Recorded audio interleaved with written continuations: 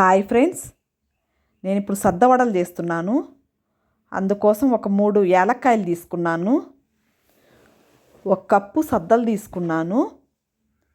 Mixie కొట్టుకున్నానండి. కొంచెం మెత్తంగా mixie కొట్టుకోవాలి. కొంచెం మరీ రవ్వగా ఉన్నిందనుకోండి ఎడ్జ్లన్నీ ఇరిగిపోతాయి. బాగా నీట్గా ఫినిషింగ్ నీట్గా రాదు.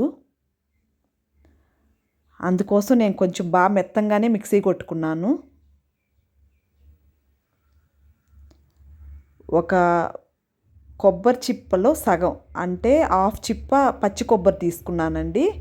దాన్ని మిక్సీ కొట్టుకున్నాను. నువ్వులు ఒక అరకప్పు తీసుకున్నానండి.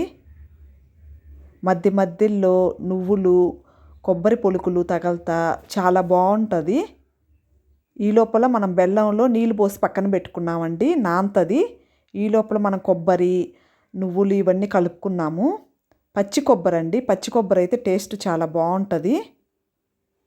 అందులో పాలు అవి ఉంటాయి కదా, పచ్చి పాలు అవి కొబ్బరిలో ఆ పాలు అవన్నీ తగిలినందువల్ల స్వీట్నెస్ అనేది వస్తుంది కొబ్బరికి.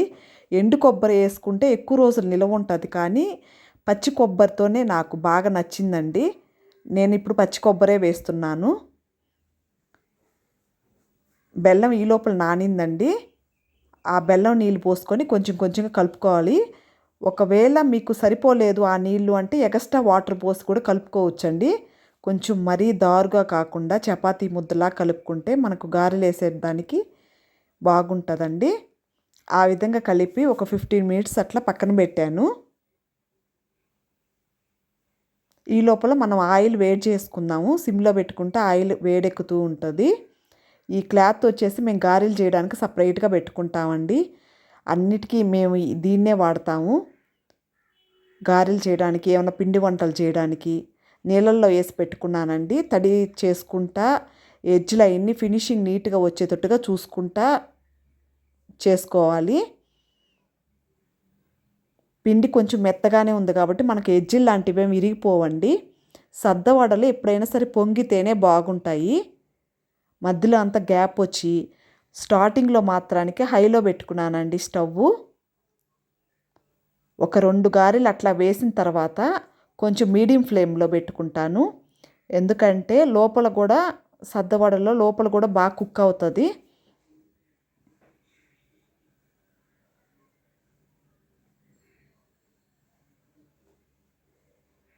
ఆ విధంగా మీడియం ఫ్లేమ్లో వేసుకుంటే లోపల కూడా బాగా ఉడుకుతుందండి.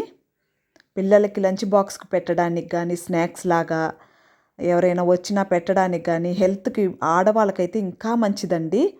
నువ్వులు వేసాం కాబట్టి ఫుల్ కాల్షియము.